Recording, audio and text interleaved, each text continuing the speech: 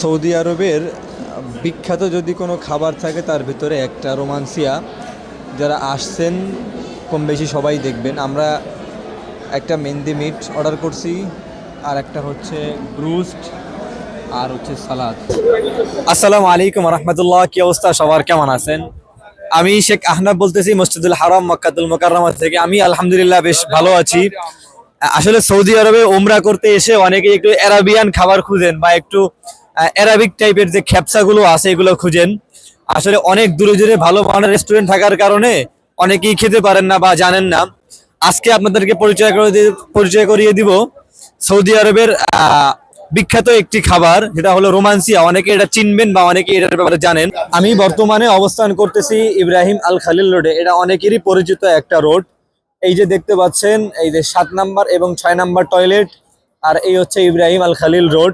এর সাথেই অবস্থিত জাবালে ওমর শাউক আল খালিল নামে যে বিল্ডিংটা আছে, এবং এখানে রোমান্সিয়ার লোগো দেওয়া আছে।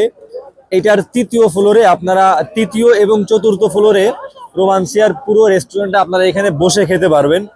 চলেন ভিতরের দিকে যাই এবং আপনাদেরকে ডিটেলসে একটু দেখানোর চেষ্টা করি। আপনারা উপরে চলে আসার পরে হাতের ডান সাইডে দেখবেন বেশ মানুষ দাঁড়িয়ে আছে। এখান থেকে আপনারা খাবার অর্ডার করবেন এবং হাতের বাম সাইড থেকে এখান থেকে আপনারা কালেক্ট করবেন। আমরা নামাজের পরপরই আসার কারণে একটু ভিড় কম আছে। সাধারণত 10টা 11টার পরপরই অনেক ভিড় হয়ে যায়। আলহামদুলিল্লাহ আমাদের খাবারটা কমপ্লিটভাবে নেওয়া হয়েছে। আমরা বসার জায়গা খুঁজতেছি। আগে শুধু 3 তলাতে বসার জায়গা ছিল, এখন 3 তলা এবং 4 তলাতে তারা হিউজ পরিমাণে বসার জায়গা করেছে।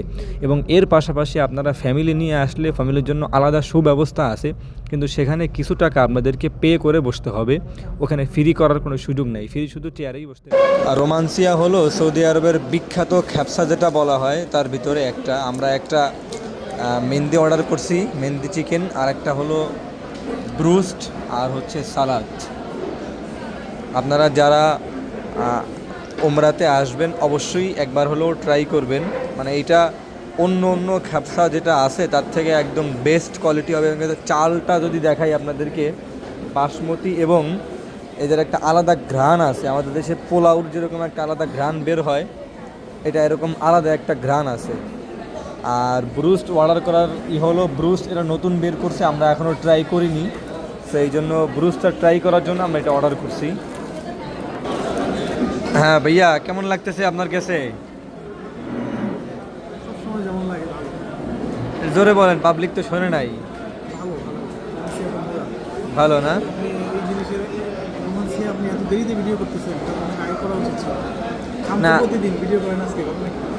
না, এর পাশাপাশি আমরা একটা স্পেশাল সালাদ অর্ডার করেছিলাম। সালাদটা এভারেজ ভালো, আহামরি ভালো বলবো না, একদম খারাপও না, মোটামুটি ভালো আর কি।